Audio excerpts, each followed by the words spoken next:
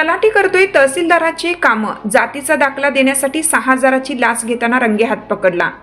जातीचा दाखला काढून देण्याच्या मोबदल्यात 6,000 रुपयांची लाच स्वीकारताना तलाठी बाबासाहेब गंगाधर बोराडे, राहणार वडगाव लांडगा, तालुका संगमनेर यांना अहिल्यानगर लाचलुचपत प्रतिबंधक विभागाच्या पथकाने मंगळवारी सायंकाळी सुमारे 5 वाजण्याच्या सुमारास तहसील परिसरात रंगेहात पकडले।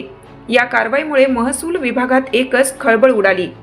चक्क एक तलाठी तहसीलदार असल्याचा भास निर्माण करून जातीचे दाखले देतोय, यामुळे महसूल विभागात एकच खळबळ उडाली।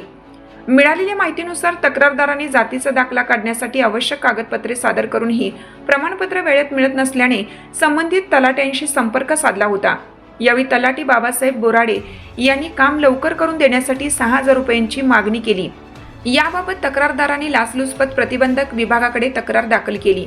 तक्रारीची पडताळणी करून सापळा रचण्यात आला आणि आरोपी तलाट्याला लाचेची रक्कम स्वीकारताना रंगेहात पकडण्यात आलं। आरोपी बाबासाहेब बोराडे हे पूर्वी सेतू केंद्रात कार्यरत होते। सरकारी सेतू केंद्र बंद झाल्यानंतर त्यांची अंशकालीन सेवेतून अन्य विभागात नियुक्ती झाली असून काही दिवसापूर्वी त्यांनी आश्वी बुद्रुक येथे तलाठी म्हणून कार्यभार स्वीकारला होता। सेतू केंद्रात काम केल्यामुळे त्यांची विविध दाखल्यांच्या कामांमध्ये ओळख निर्माण झाली होती आणि लोक त्यांच्याकडे विविध प्रमाणपत्रासाठी संपर्क साधत होते, अशी माहिती समोर येत आहे।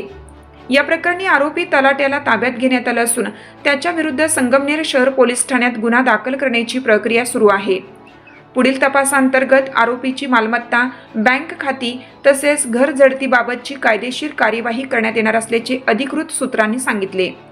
दरम्यान जात पडताळणी प्रक्रियेशी संबंधित संभाव्य दलाल व इतर संबंधितांचीही चौकशी व्हावी, तसेच आरोपींकडून यापूर्वी किती प्रकरणांमध्ये पैशाची मागणी झाली याबाबत सखोल तपास करण्याची मागणी नागरिकांकडून होत आहे। सदर कारवाई लाचलुचपत प्रतिबंधक विभागाचे अधिकारी अजित त्रिपुटे यांच्या पथकाने केली असून पुढील तपास सुरू आहे। महासत्ता न्यूज, संगमनेर।